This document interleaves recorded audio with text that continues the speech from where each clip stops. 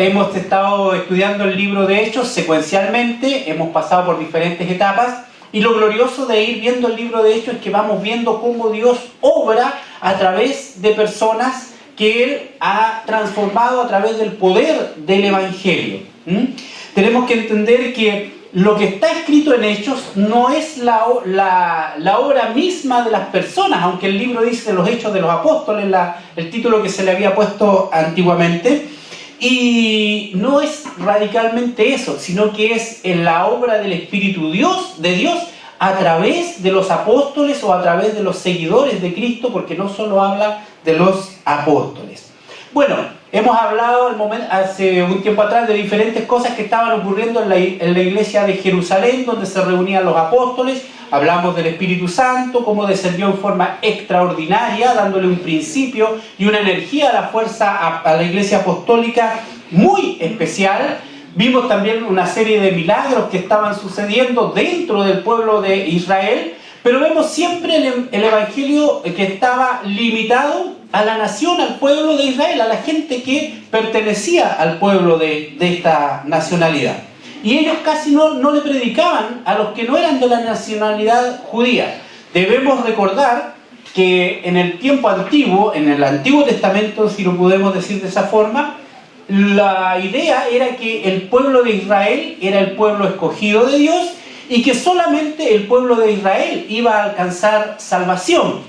Entonces cualquiera que quisiera alcanzar salvación tenía que acercarse al pueblo de Israel, adorar en el templo, aceptar las costumbres que tenía el pueblo de Israel. Es más, tenía que hacerse judío o tenía que hacerse parte del pueblo a través del rito de la circuncisión y así podía pasar a ser parte de esta nación. Básicamente lo fuerte para llegar a ser hebreo o judío, como le queramos decir, era haber sido nacido o descendiente de algún personaje que tenía la nacionalidad. Y la otra posibilidad, como ya mencioné, era aceptar todos los ritos, todo lo que ellos hacían y circuncidarse para pertenecer definitivamente a este pueblo.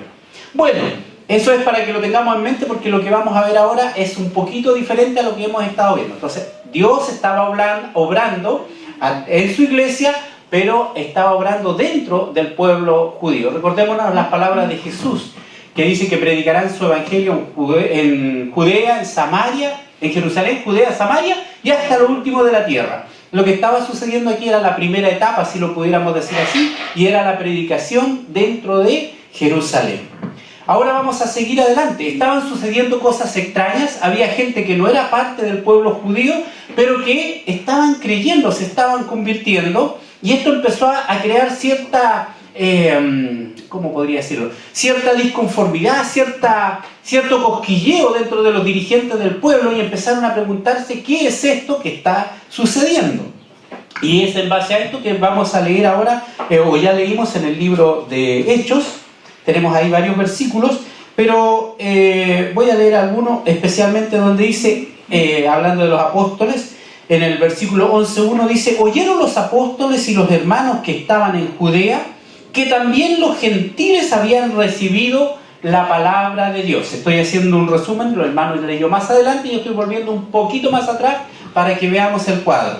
Los apóstoles que estaban en Jerusalén, llegó el comentario de que el evangelio o la palabra de Dios estaba llegando a los gentiles. Bueno, ellos tenían la duda, estaban ahí complicados con esto. ¿Qué es lo que está sucediendo? ¿Qué está pasando allá?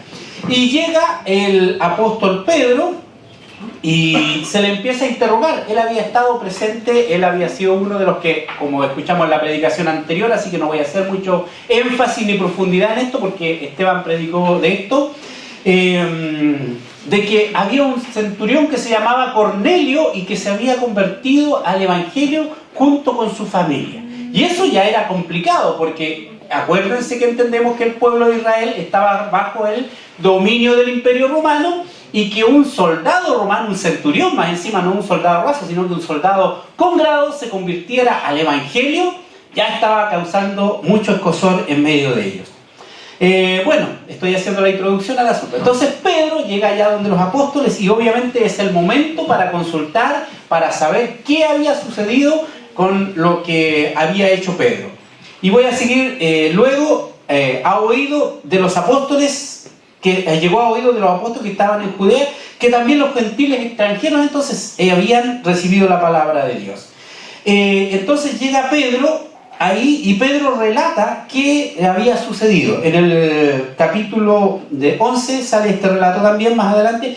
Pedro relata lo sucedido en la visión y cómo le obedece a ella diciendo o predicándole a Cornelio.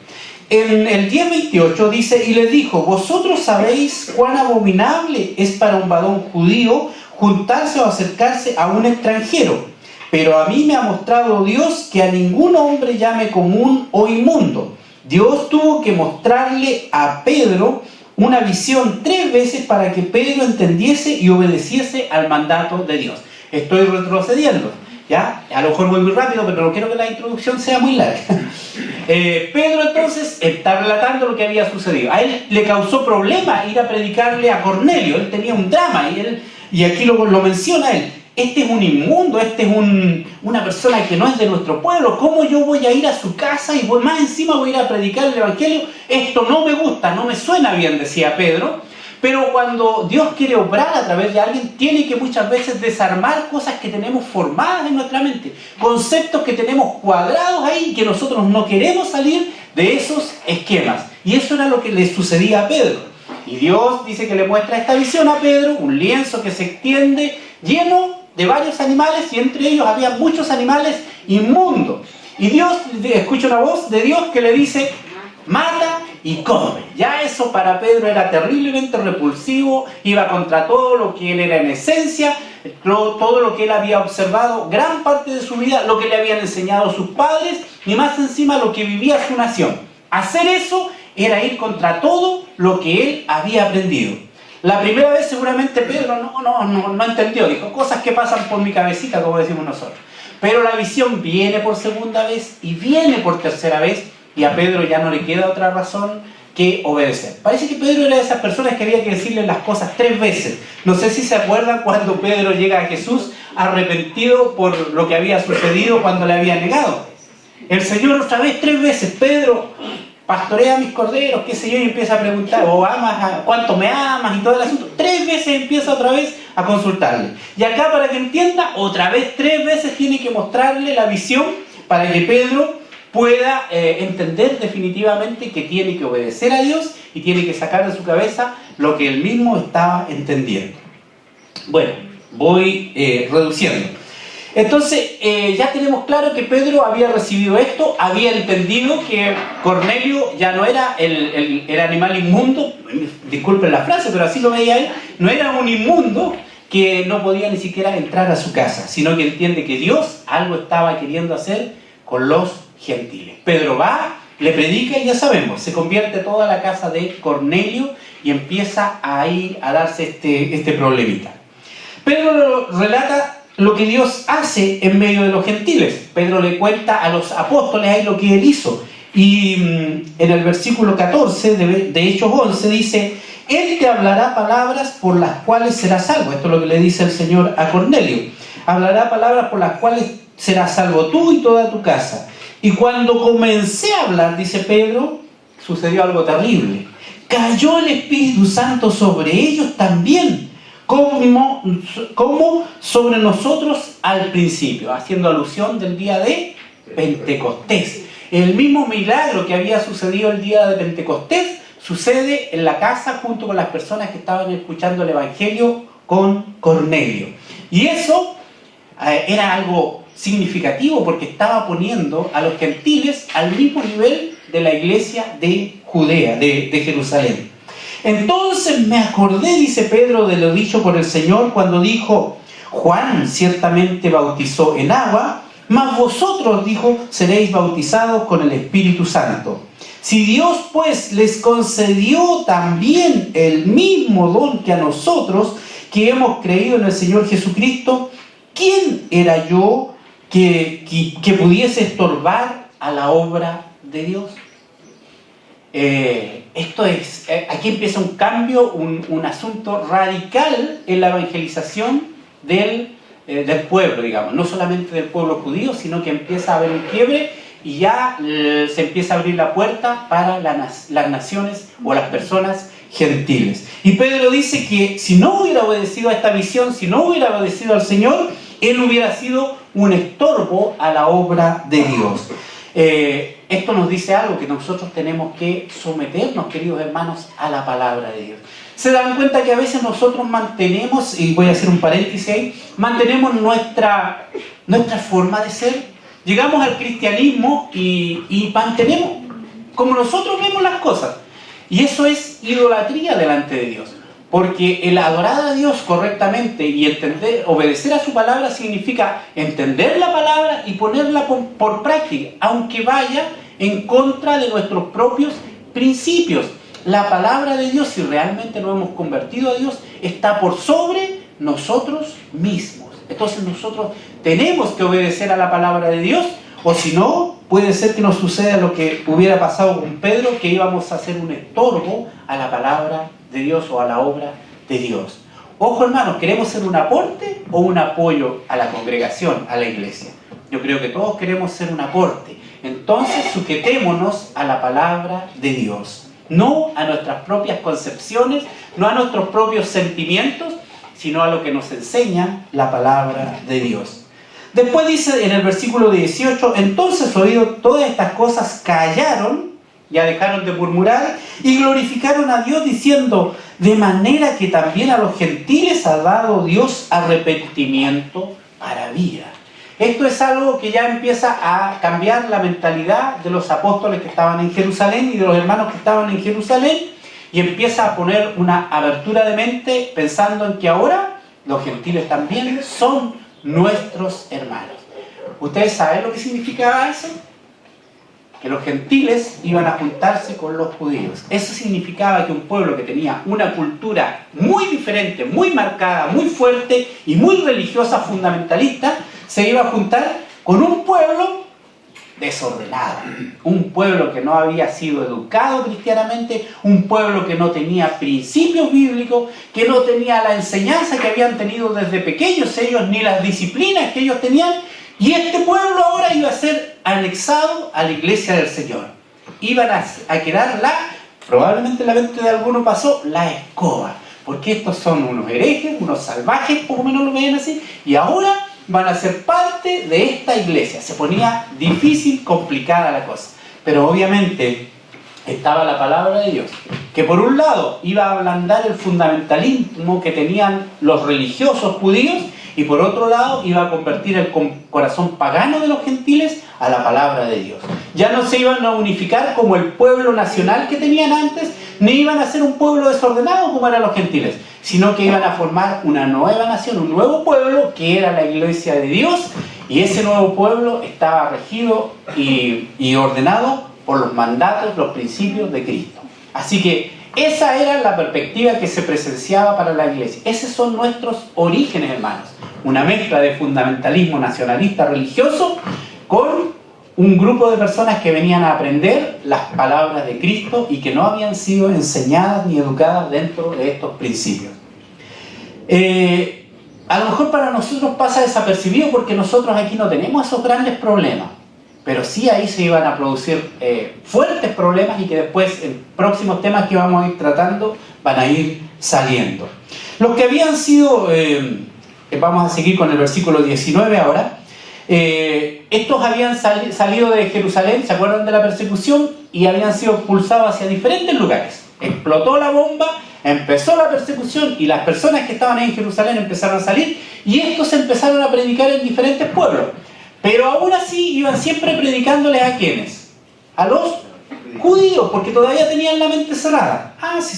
Es como cuando vamos los chilenos, si le vamos a hablar de nuestra patria, ¿con quiénes nos sentimos en confianza? Yo voy a Perú, por ejemplo, y aunque ellos son muy similares a nosotros, pero usted se encuentra con un chileno y uno dice, pero si hablamos del metro, hablamos del Cerro Santa Lucía, hablamos de estas cosas, las fondas para el 18, no sé, tenemos tantas cosas en común, hay una confianza. Y a los judíos parece que les parecía lo mismo, y cuando iban a algún lado a predicar, ¿a quiénes les predicaban? A sus compatriotas, los judíos, los que tenían su misma cultura. Y en el versículo 19 dice, ahora bien, los que habían sido esparcidos a causa de la persecución que hubo con motivo de Esteban, lo que estaba hablando Elizabeth en la escuela dominical en la mañana y que se predicó también tiempo atrás, pasaron hasta Fenicia, Chipre y Antioquía, y no hablando a nadie la palabra, sino solo a los judíos. Pero, siempre hay gente que marca la diferencia, pero había entre ellos unos varones de Chipre y de Cirene, los cuales, cuando entraron en Antioquía, hablaron también a los griegos, anunciando el Evangelio del Señor Jesús. Ya hubieron unos que a lo mejor pensaron los judíos, la embarraron. ¿Cómo se les ocurrió ir a predicarle a los griegos? Estos filósofos, estos que lo único que buscan es conocimiento, no creen en los milagros, ellos son racionalistas, y van y les predican. Imagínense que en la iglesia se nos metan racionalistas ahora, ahí sí que va a quedar la escoba. Van a ir con su filosofía, con su herejía, con sus divinidades, con todas sus cosas. ¡Ah, qué tremendo! Nos va a quedar la escoba. Pero hubieron algunos que fueron y les predicaron a los griegos el Evangelio del Señor.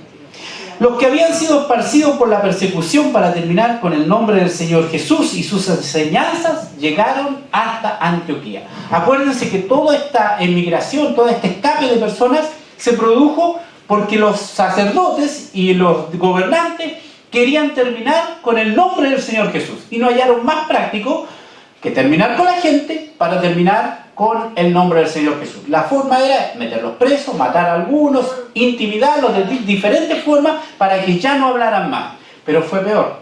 El Evangelio se siguió expandiendo por diferentes lados y en vez de reducir el asunto, fue agrandando este problema. Quiero hablar acerca de lo que dice aquí, que fueron avanzando por diferentes ciudades y finalmente menciona la ciudad de Antioquía. ¿Y por qué mencionará la ciudad de Antioquía y las otras ciudades las pasa así rápidamente por encima? Pero Antioquía se queda pegada. Porque Dios tenía un propósito para la ciudad de Antioquía. Tenía preparado que en ese lugar iban a suceder cosas especiales. ¿Qué sabemos de la ciudad de Antioquía? ¿Quién sabe algo de Antioquía? Un datito que sea. Nada. Bueno, vamos entonces a ver algunas cositas. La ciudad de Antioquía era una ciudad cosmopolita de Siria. ¿Qué quiere decir cosmopolita? Que habían personas de diferentes nacionalidades. Era una ciudad donde habían diferentes tipos de nacionalidades representadas en medio de ese lugar. Entonces la población era un grupo, no había algo definido, sino que venían de diferentes partes, así que había personas de todas nacionalidades y pueblos viviendo en ese lugar. Estaba situada sobre el río Orontes, no encima del río, pero a 26 kilómetros del Mediterráneo. Estaba, voy muy rápido. Al lado de la ciudad corría un río, Orontes, y eso le daba un valor especial a una ciudad. Ustedes saben que no existían los alcantarillados, no existía el agua potable como hoy día, entonces una ciudad dependía mucho del agua que podían tener cerca. Y donde había agua, se abría una ciudad. Estamos hablando de países que no son igual que acá en Sudamérica, que tenemos el Amazonas, que tenemos agua, lluvia por todos lados. Son países que tienen climas más tirados a lo desértico, a lo seco. Pero entonces, donde hay un río, hay posibilidades de poner una ciudad. Y esta ciudad estaba ahí al lado del río Orontes, estaba a 26 kilómetros del Mediterráneo. Hoy en día 26 kilómetros es una distancia relativamente corta, ¿no es cierto? 26, nosotros aquí vamos a la playa, está, ¿cuántos? Ciento y tantos kilómetros, 80 kilómetros, 100 kilómetros. Es buena la playa que vamos. Esta estaba casi a la mitad del recorrido, pero acuérdense que no existía la velocidad que existe hoy en día de transporte. Así que igual era una distancia larga, pero lo importante era que el mar Mediterráneo era el medio de transporte de la época. Hoy en día tenemos los transportes, los camiones, ¿no es cierto? Aquí tenemos un hermano que trabaja en unos transportes Casablanca, propaganda gratis, y este hermano lleva cargas para todos lados. La empresa tira para allá, para el norte, para el sur, qué sé yo, y ahora se transporta así, y rápidamente. En esa época, el mar era el medio de transporte de un país a otro. Los países estaban situados aquí alrededor del mar, por lo menos en esta área, y el medio de transporte era el mar. Así que una ciudad que estaba cerca del mar era probablemente, o era así, era una pasada obligada para los viajeros que querían embarcar sus mercancías hacia otro pueblo. Entonces esta ciudad estaba cerca del mar, a 26 kilómetros del Mediterráneo, y a unos 480 kilómetros al norte de Jerusalén. ¿Ya? Yo les voy a dar un dato. A mí me costaba todo lo que era geografía cuando estaba estudiando. Entonces, una vez un profesor me dijo, mira, Jerusalén está ubicado igual que Chile. ¿Cómo le dije yo? Tiene la misma ubicación que nosotros. Nosotros tenemos al norte hacia Antofagasta. Jerusalén está ubicada así igual que nosotros, y ellos tienen el mar Mediterráneo igual que nosotros al lado del este, y para el otro lado tienen el resto del continente. Entonces eso me ayudó un poquito para orientarme. Cuando hablamos del norte, entonces hablábamos hacia arriba de Jerusalén, hacia arriba de Chile sería en este caso, pero hablaba de los países que estaban hacia arriba. Y esta ciudad está ubicada al norte de Jerusalén, o sea, hacia arriba de Jerusalén, si nos ubicamos en el globo terráqueo. Y era una ciudad que estaba a 480 kilómetros de Jerusalén. ¿Eso es cerca o lejos para ustedes? 480 kilómetros, casi 500 kilómetros. A ver, aquí en Chile, ¿hasta qué provincia es? ¿Hasta Concepción? Más o menos, ¿no es cierto? Imagínense la distancia que había y la dispersión de los hermanos de Jerusalén. Salieron y fueron recorriendo hasta allá. La Biblia no nos dice cuántos años pasaron, pero deben haber ido ellos avanzando de pueblo en pueblo hasta que llegaron a este lugar que se llamaba Antioquía. Bueno, ¿qué más les puedo decir? Fue fundada en el año 301 antes de Cristo, ¿ya? O sea, esta ciudad, 300 años de que naciera Cristo, más o menos fue fundada. Tenía su lugar geográfico ideal, porque por ahí pasaban las rutas de comercio. Entonces era la pasada obligada para la gente que iba a hacer negocio.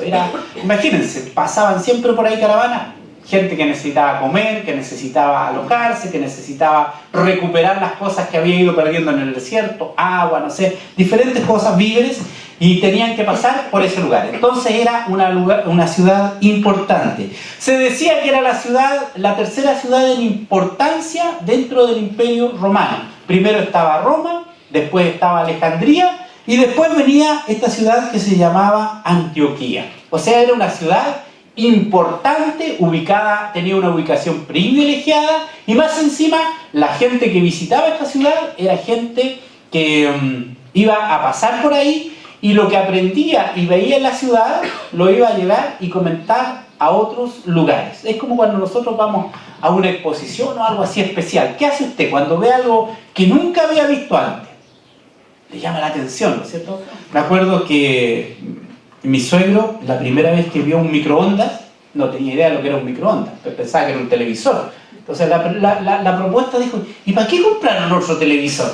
Entonces mi cuñada dijo, no, si no es un televisor, es un microondas, es una cocina. Y él dijo, una cocina, no llega gas, no llega ninguna cuestión. La enchufaron, le metieron un platito de comida adentro y salió calentita. Entonces a él le llamó mucho la atención. Y él lo comentaba después, pues él le dijo, oh, la cosita buena esa, no necesita gas, no necesita, claro, no sabía que usaba electricidad y después llegaba a la cuenta. Pero a él le sorprendía y lo comentaba con las demás personas, era algo llamativo para él. A nosotros hay cosas que siempre nos llaman la atención y lo llevamos. Obviamente, entonces, la gente que pasaba por ahí y si iban a escuchar el Evangelio, si iban a aprender de este nuevo mensaje que estaba llegando, lo iban a llevar y lo iban a compartir con sus naciones o con los lugares donde visitaban. Así que era un lugar estratégico para predicar el Evangelio. Estoy haciendo esto porque gran parte de las predicaciones después van a hablar bastante de esta ciudad de Antioquía y de su importancia en la evangelización. ¿Qué más les puedo decir? Antioquía también se conocía por su tipo de culto pagano que tenían. Ellos adoraban a una diosa que se llamaba Dafne, y sus cultos eran verdaderas orgías, eran muy escandalosos. Entonces también el pueblo o la ciudad de Antioquía se conocía como la ciudad de Dafne, o la ciudad cerca de Dafne, decían, porque obviamente a los que pasaban por ahí les llamaba la atención el tipo de adoración que tenían ellos, por decirlo así, o el tipo de culto que le daban a esta diosa, y que era muy escandaloso, muy pagano. Entonces era, en contraste, algo negativo. Pero es curioso que una ciudad tan degenerada, por decirlo así, con tantos problemas y dificultades, haya sido elegida por Dios para predicar el Evangelio. Una vez me acuerdo que un hermano me dijo, estaban comentando porque algunos iban a predicar a Caleta Barca, no sé, ¿quién conoce Caleta Barca? Está en Viña del Mar, es una playa. Y decía, a mí no me gusta que vayan a predicar a esa playa porque yo creo que los hermanos van a puro mirar a las señoritas que andan en traje de baño y no van a predicar el evangelio. No, no es bueno que vayan a esos lugares. Yo no creo que los hermanos iban a eso. Pero hay gente que se escandaliza por este tipo de cosas. O hay lugares que a lo mejor podríamos decir, no es bueno ir ahí porque es muy peligroso. Yo me acuerdo cuando joven mandaban a La Victoria, siempre lo comento. Yo no sé, siempre digo si es porque se querían deshacer de mí en la iglesia o porque querían que alguien atendiera el local de La Victoria. La Victoria era en la época que yo iba por lo menos, era un local bien temido, no por el local, sino porque había que pasar por cruzar toda la población de La Victoria. Y uno iba cruzando y veía por las orillas patotas de muchachos haciendo diferentes cosas, y no les puedo negar que muchas veces sentimos un poquito de temor, pero gracias a Dios que nos protegió.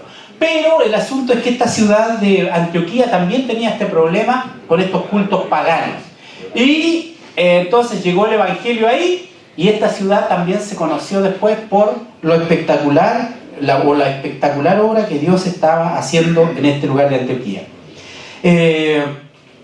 Voy a seguir ahí para terminar con ese pedacito. Dios empezó a obrar en esta ciudad juntando los ingredientes para formar lo que más tarde sería una poderosa base misionera del evangelio.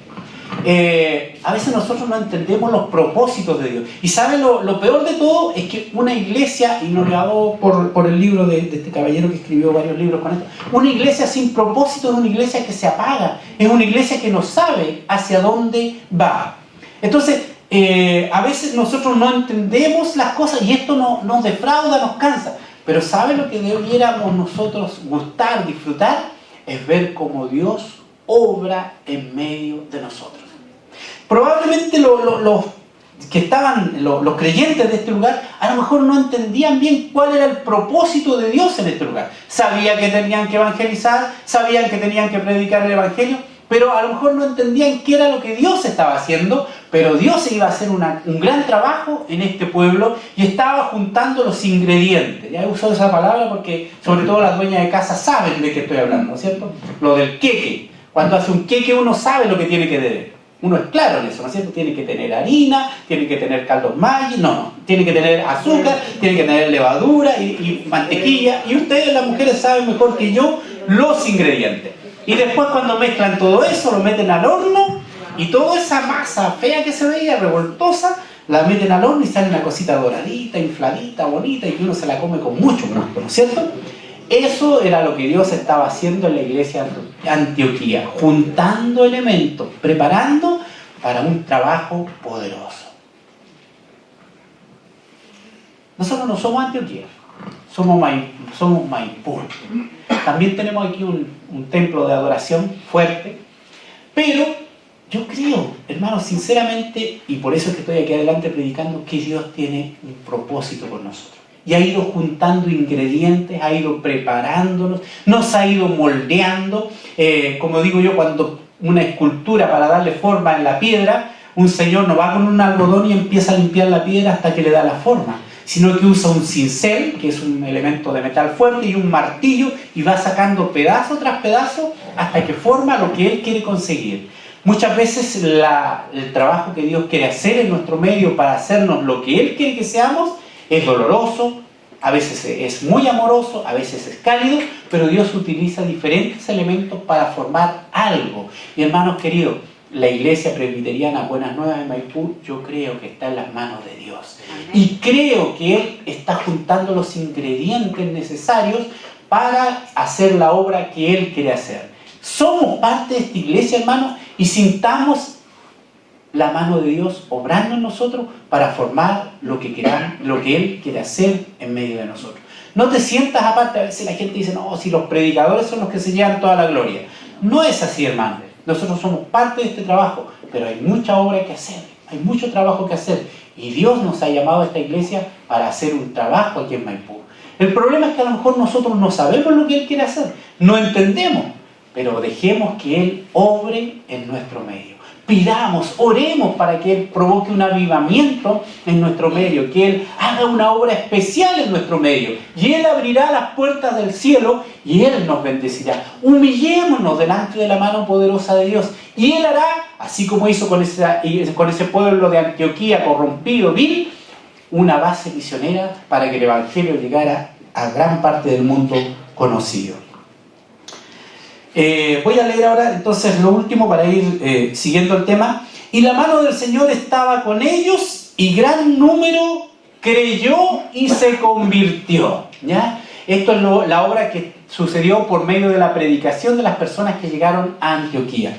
Pero yo quiero ver aquí algunos detallitos que salen, palabras, y que para mí son muy importantes. Las dos primeras palabras dice, y un gran número creyó y se convirtió. Yo creo que la Biblia es exacta y creo que es inspirada por Dios. Y el hecho de que use estas dos palabras es porque estas palabras van siempre juntas. El problema es que a veces nosotros no lo hacemos, no lo vivimos así.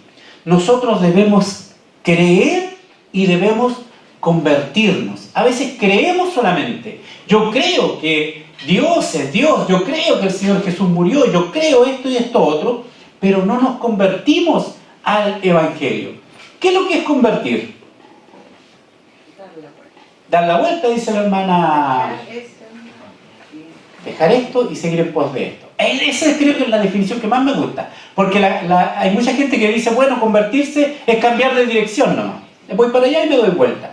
Pero la palabra es más profunda. Es cambiar una dirección hacia donde yo voy a obtener algo, y cambiar de dirección ahora, pero para obtener otro resultado o para obtener otra ganancia. Entonces, cuando la Biblia dice que nosotros debemos creer, es escuchar el Evangelio, es escuchar la palabra de un Cristo muriendo por pecadores para convertirlos en un pueblo especial para Él, y también debemos convertirnos hacia esa verdad. ¿Hemos creído en el Señor Jesús? Probablemente todos los que están aquí me van a decir que sí.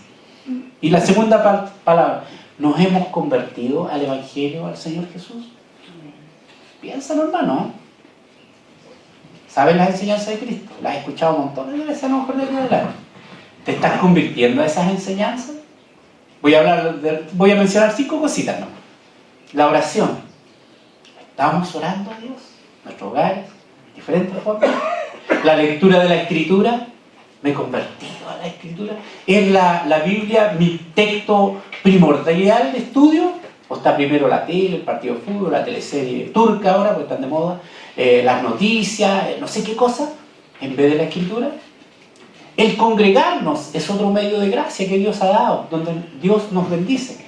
¿Es el congregarnos nuestro primer afán? ¿O estamos esperando el día festivo para irnos a la playa? ¿Estamos esperando el 18 para celebrar los anticuchos? ¿O es la iglesia nuestro primer centro de conversión, de reunión? La convivencia con los hermanos. Nosotros, hermanos queridos, debemos volvernos a estas verdades bíblicas. Y volvernos no es solamente entender, sí, es bueno leer la Biblia, pero no la leo. Una cosa es creer que es bueno leer la Biblia y otra es leerla. Una cosa es creer que es bueno congregarse y otra cosa es venir y congregarnos.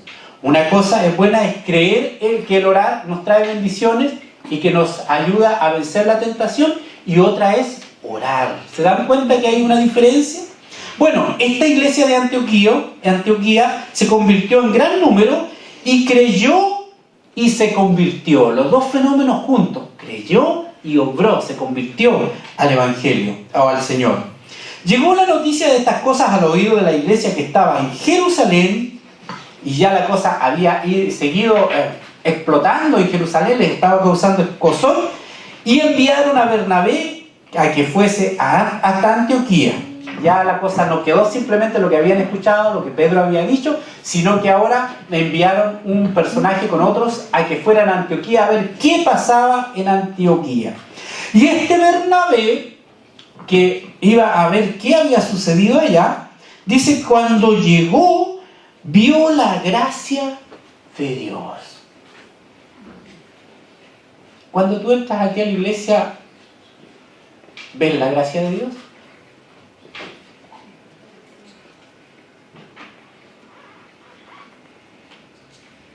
cuando llegamos a la iglesia acá, al culto, ¿vemos la gracia de Dios?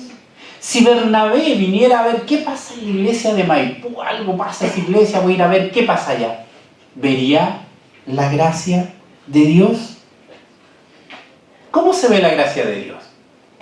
Porque tenemos una esfera brillante en la cabeza, como pintan los cuadros de la Edad Media a los santos, así que le ponen una esfera aquí, una aureola, otros y diferentes representaciones. Yo no tengo aureola, tengo pelo nomás aquí en la cabeza. Ni soy medio moreno más encima, ni siquiera me veo muy brillante.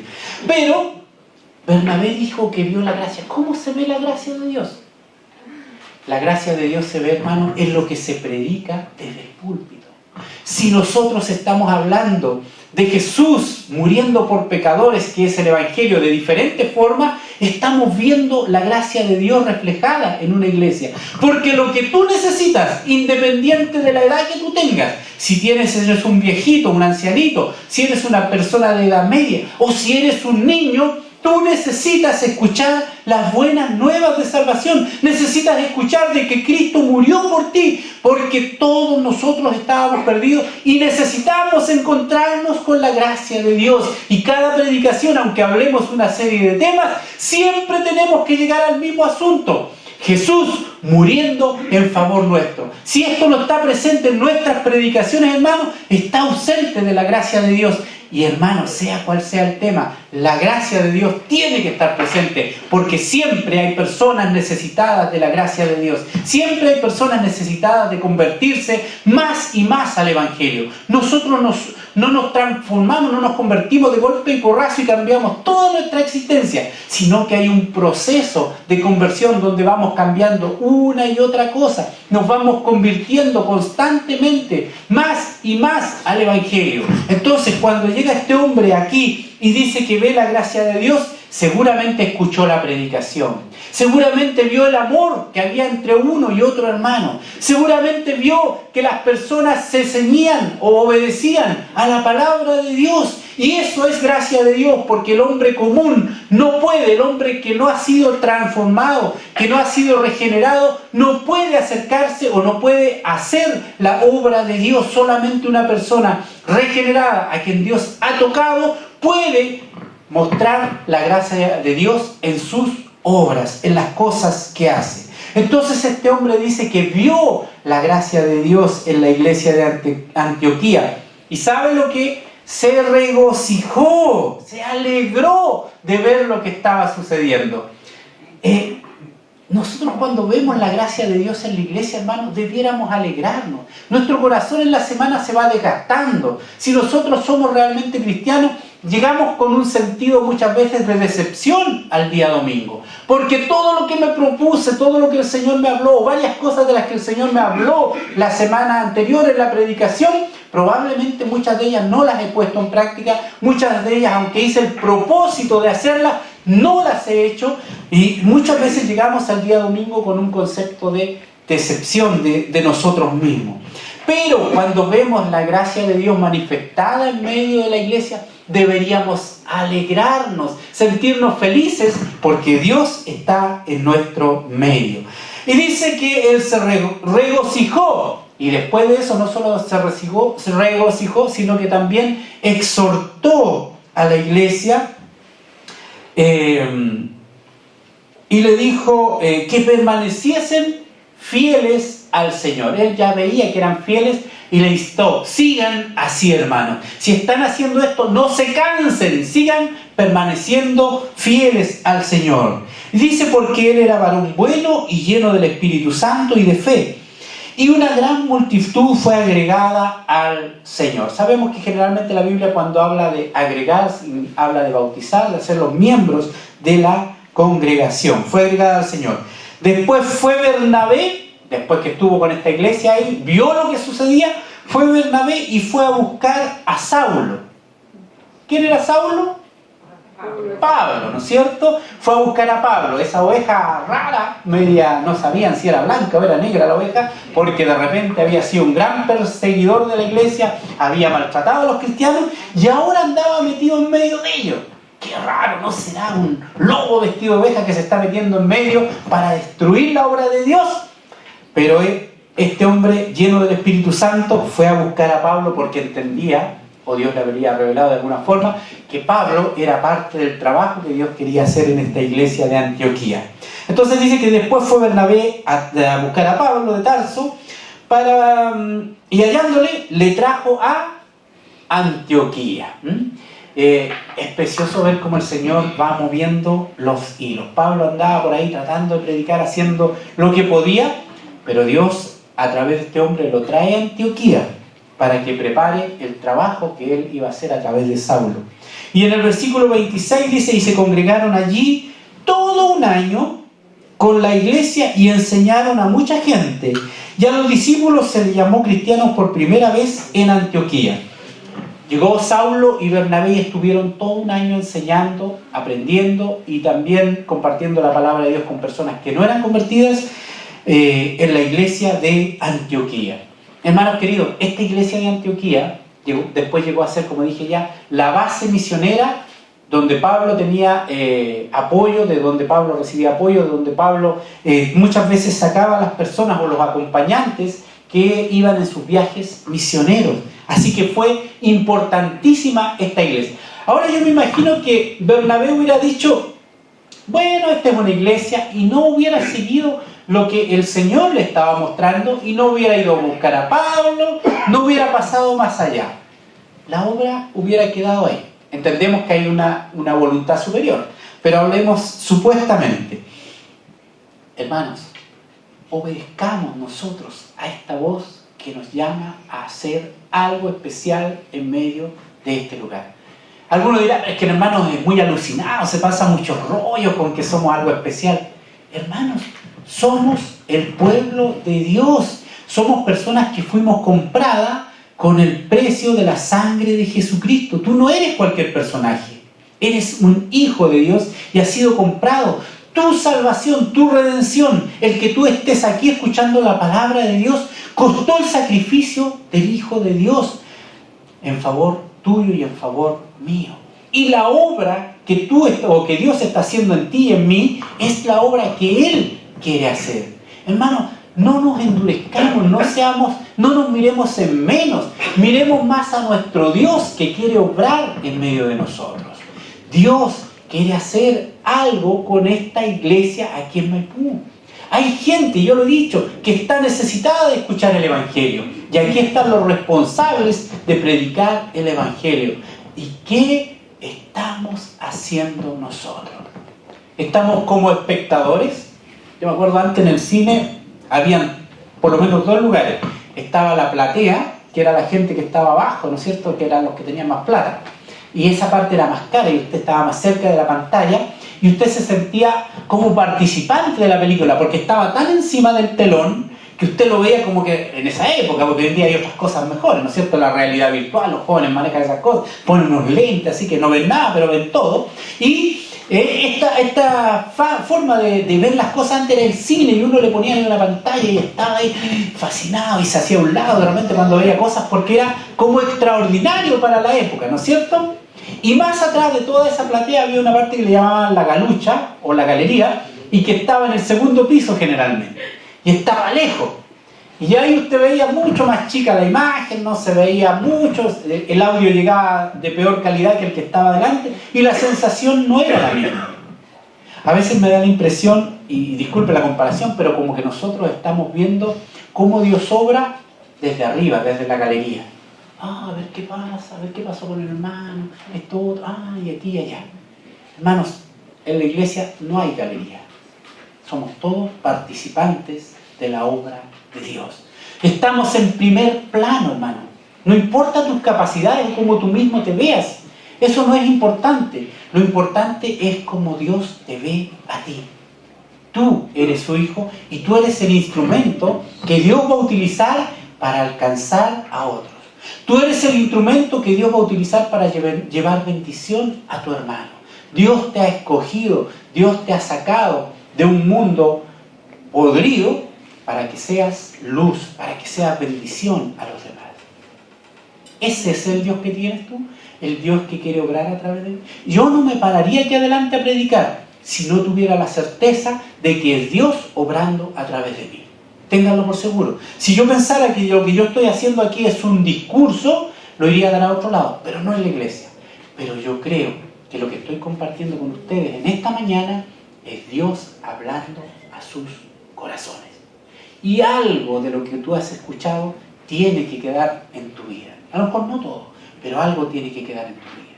No importa tu edad, no importa cómo ves la iglesia, Dios está obrando y va a obrar a través de ti.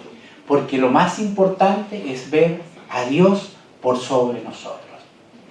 El libro, y con esto voy concluyendo, ya he pasado la hora, el libro de Hechos, como le digo, es ver el Espíritu Santo obrando a través de hombres muy distintos unos de otros, de diferentes formas, de diferentes formaciones, de diferentes culturas, pero es la obra del Espíritu Santo obrando a través de eso.